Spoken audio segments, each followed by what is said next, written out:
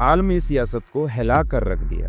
Middle asset کا ایک اہم ملک قطر، جو نہ صرف امریکہ کا قریبی اتحادی ہے بلکہ اقوام متحدہ کا رکن بھی ہے، اسرائیلی فضائیہ کے 15 جنگی طیاروں کا نشانہ بن گیا۔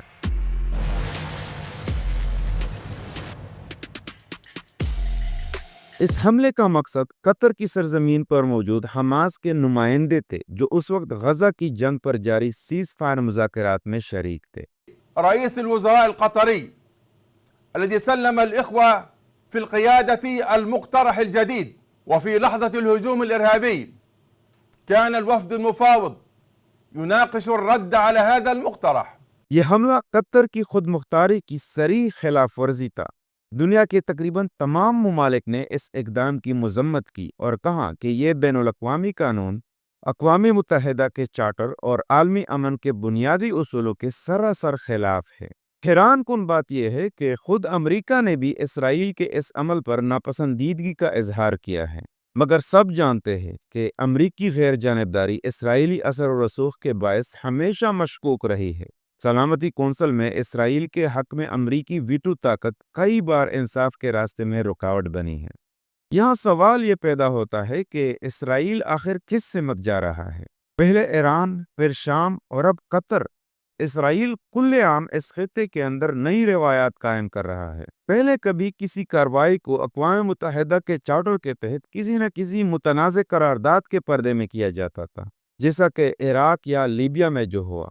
لیکن اب معاملہ اتنا آگے بڑھ گیا ہے کہ اسرائیل کسی بھی قانونی پردے کی پرواہ نہیں کرتا۔ دلچسپ بات یہ ہے کہ اسرائیل نے اپنے قطر پر حملے کو جواز دینے کے لیے اسامہ بن لادن کی ہلاکت کی مثال دی ہے، جو امریکی فورسز نے پاکستان میں کی تھی۔ مگر حقیقت یہ ہے کہ اس وقت پاکستان نے سخت احتجاج کیا تھا اور اسے کلی خلاف ورزی قرار دیا تھا۔ اس واقعے کو اقوام متحدہ نے کبھی بھی قانونی جواز کے طور پر تسلیم نہیں کیا۔ پاکستان اور بھارت کی مئی 2025 کی جھڑپ بھی اسی بات کو اجاگر کرتی ہے۔ کسی ملک کی خود مختاری کی خلاف ورزی کر کے غیر ریاستی عناصر کو نشانہ بنانا قابل قبول اصول نہیں بن سکتا۔ بین الاقوامی قانون واضح طور پر کہتا ہے کہ ایسے معاملات کا طریقہ کار جنگی نقطہ نظر نہیں بلکہ قانونی اور انتظامی نقطہ نظر ہے، یعنی انٹرپول، معاملات کے تبادلے، حوالگی معاہدے اور اقوام متحدہ کی قرارداد 1373 کے تحت کارروائی کی جائے۔ لیکن اسرائیل اور بھارت نے ان چینلز کو یکسر نظر انداز کیا۔